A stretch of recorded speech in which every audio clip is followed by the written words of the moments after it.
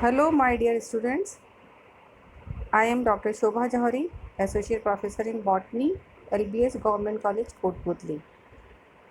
आज का लेक्चर मेरा बीएससी पार्ट थर्ड के बच्चों के लिए है और इसमें बॉटनी के पेपर थर्ड जो कि टेक्सोनॉमी से रिलेटेड है उसकी फैमिली एस्टेरेसी के बारे में आपको कैरेक्टरिस्टिक्स और डिटेल्स बताऊंगी। एस्टेरेसी फैमिली को कंपोजिटी फैमिली भी कहा जाता है। यहाँ पर आप जो सबसे पहले देख रहे हैं ये जो फ्लावर है ये एजिरेटम फ्लावर है, ये इसी फैमिली को बिलोंग करता है। एस्टेरेसी और Compositae commonly refer to as aster, daisy, composite और sunflower family is a very large and wide spread family of flowering plants Angiospermae. अर्थात ये जो फैमिली है एस्टेरेसी, इसको commonly aster family, daisy family या कंपोजिट फैमिली या sunflower family भी कहा जाता है और ये बहुत ही वाइड स्प्रेड है और एंजियोस्पर्म में ये बहुत ही अधिक विकसित या वाइड स्प्रेड फैमिली है।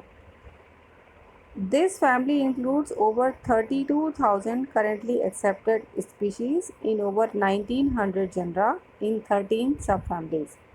इस फैमिली में 32,000 से अधिक स्पीशीज़ शामिल की गई हैं जो कि 1900 जनरा में डिस्ट्रीब्यूटेड हैं और ये 1900 जनरा 13 सब फैमिलीज़ के अंदर आती हैं। In terms of number of species, Asteraceae are rivaled only by Orchidaceae. Number of species के मामले में एस्टेरेसी फैमिली को ऑर्किडेसी फैमिली ही चुनौती दे सकती है, अर्थात ऑर्किडेसी फैमिली में भी बहुत अधिक संख्या में स्पीशीज़ शामिल हैं। The alternative name Compositae is still valid under the international code of nomenclature for algae, fungi and plants. ये जो इंटरनेशनल कोड ऑफ नॉमेनक्लेचर है इसके अनुसार कंपोजिटी नाम अभी भी वैलिड है। It refers to the composite nature of capitula which consist of a few और मैनी इंडिविजुअल फ्लावर्स। कंपोजिट जो टर्म है वो एक्चुअली उसके फ्लावर के कैपिटुला नेचर के कारण है और ये जो कैपिटुला है ये इसके अंदर कुछ फ्लावर्स से लेकर बहुत अधिक संख्या तक फ्लावर्स शामिल होते हैं। Most members of Asteraceae are annual और perennial herbs but a significant number of also shrubs, vines और ट्रीज। अर्थात इस फैमिली में ज़्यादातर मेंबर्स वार्षिक एक वर्षीय होते हैं लेकिन कुछ बहुवर्षीय हर्ब भी इसमें शामिल हैं और इसमें कुछ झाड़ियाँ, कुछ बेल, क्लाइंबर्स और ट्रीज़ भी शामिल हैं। The family has cosmopolitan distribution with species ranging from sub polar to tropical regions colonising a wide variety of habitats. अर्थात इस फैमिली में विभिन्न हैबिटेट्स में प्लांट्स पाए जाते हैं।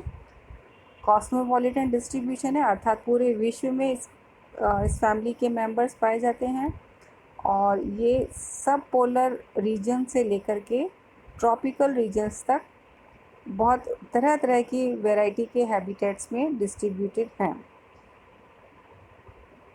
The largest proportion of the species occur in arid and semi-arid regions of subtropical and lower temperate latitudes.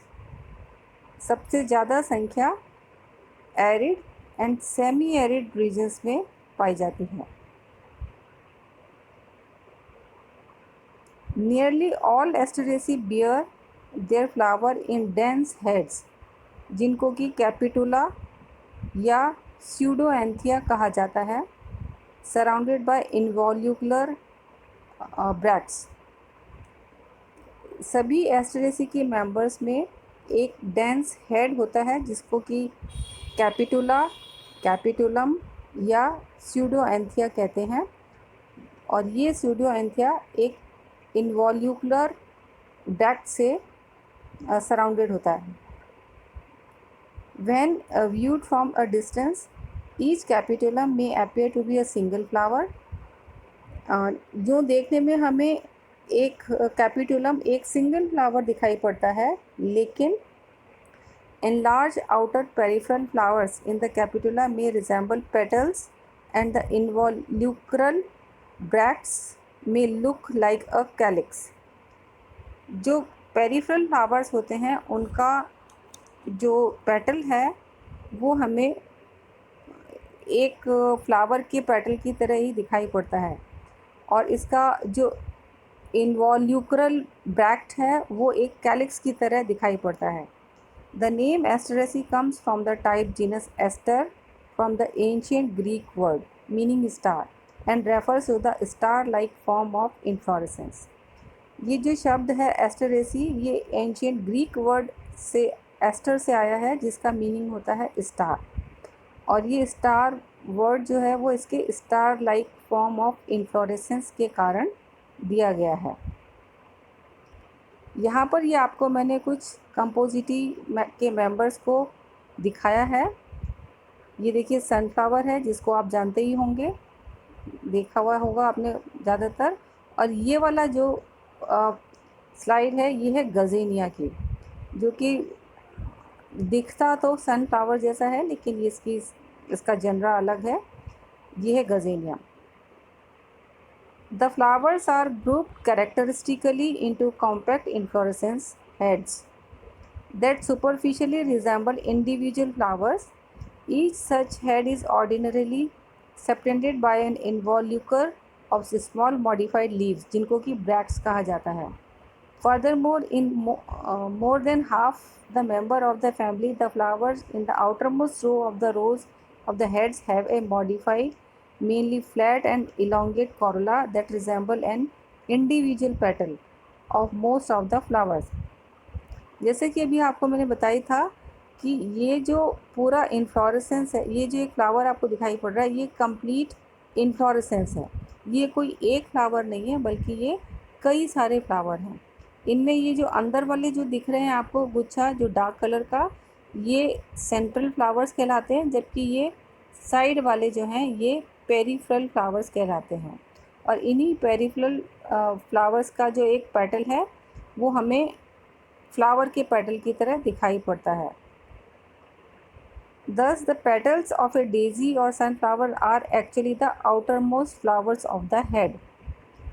जो हमें ये दिखाई पड़ रहे हैं बाहर के, ये जो पेटल्स दिखाई पड़ रहे हैं, ये पेरिफेरल फ्लावर्स के ही पेटल्स हैं, ना कि ये कंप्लीट फ्लावर का पेटल है। Members of the family have flower heads composed of many small flowers called florets that are surrounded by bracts, leaf-like structures. इस फैमिली की जो मेंबर्स हैं उनमें ये फ्लावर हेड्स पाए जाते हैं, और ये फ्लावर हेड्स कई सारे छोटे फ्लावर्स से मिलकर के बना होता है, और इन छोटे छोटे फ्लावर्स को हम फ्लोरेट्स कहते हैं। और ये फ्लोरेट्स लीफ लाइक स्ट्रक्चर से सराउंडेड होता है, जो कि ब्रैक्ट कहलाता है। Bell shaped disc florets form the centre of the each head. जो सेंटर ऑफ द फ्लावर हमें दिखाई पड़ता है, उसमें जो फ्लावर्स हैं वो डिस्क फ्लोरेट्स कहलाते हैं, जो कि बेल शेप्ड होते हैं। Star shaped ray florets extend out like petals from the centre and are sometimes reflexed bent backwards. Some species have flowers with only disc or only ray florets. The sepals have been reduced to a ring of hairs, scales or bristles that is called the pappus on the mature fruit. कुछ members में जो flowers हैं वो केवल एक ही प्रकार के हैं, या तो डिस्क प्रकार के हैं या रे प्रकार के हैं। तो ऐसे में इनका जो सेपल्स है वो रिड्यूस होकर के हेयर लाइक स्ट्रक्चर्स में या स्केल लाइक स्ट्रक्चर्स में या ब्रिस्टल्स की फॉर्म में रिड्यूस हो गया है, और इन ब्रिस्टल्स को पेपस कहा जाता है। और ये पेपर्स मैच्योर फ्रूट पर प्रेजेंट होते हैं। यहाँ पर देखिए, ये एक फ्लावर है, सनफ्लावर।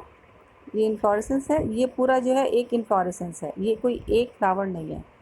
और यहाँ पर मैंने आपको इसीलिए ये थोड़ा डिटेल में दिखाया है।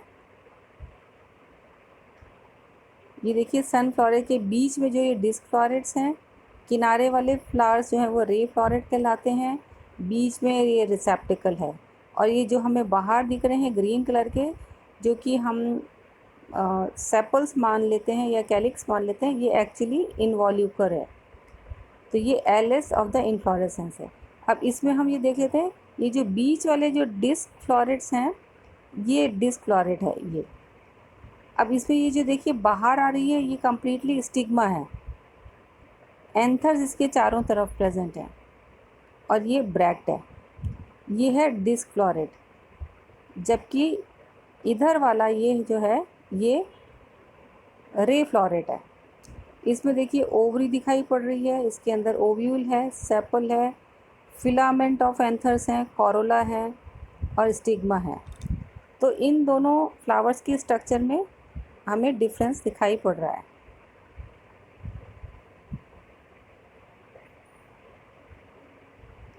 इन्हीं फ्लावर्स को मैंने फिर और आपको ठीक से दिखाने की कोशिश करी है। ये एक आउटलाइन डायग्राम है जिसमें ये बताया है कि बीच में जितने भी फ्लावर्स प्रेजेंट हैं ये डिस्क फ्लोरेट कहलाते हैं, और जबकि किनारे वाले जो फ्लावर्स हैं ये रे फ्लोरेट कहलाते हैं। और ये कंप्लीट जो स्ट्रक्चर है ये कैपिटुलम इन्फ्लोरेसेंस कहलाता है। और यहाँ पर मैंने इन्हीं फ्लावर्स को अलग से दिखाया है। देखिए, इसमें ये ओवरी पार्ट है, ये कोरोला है, स्टेमन्स है और स्टाइल है, और इधर ये रे फ्लोरेट एंड डिस्क फ्लोरेट आपको दिखाए हैं। Leaves of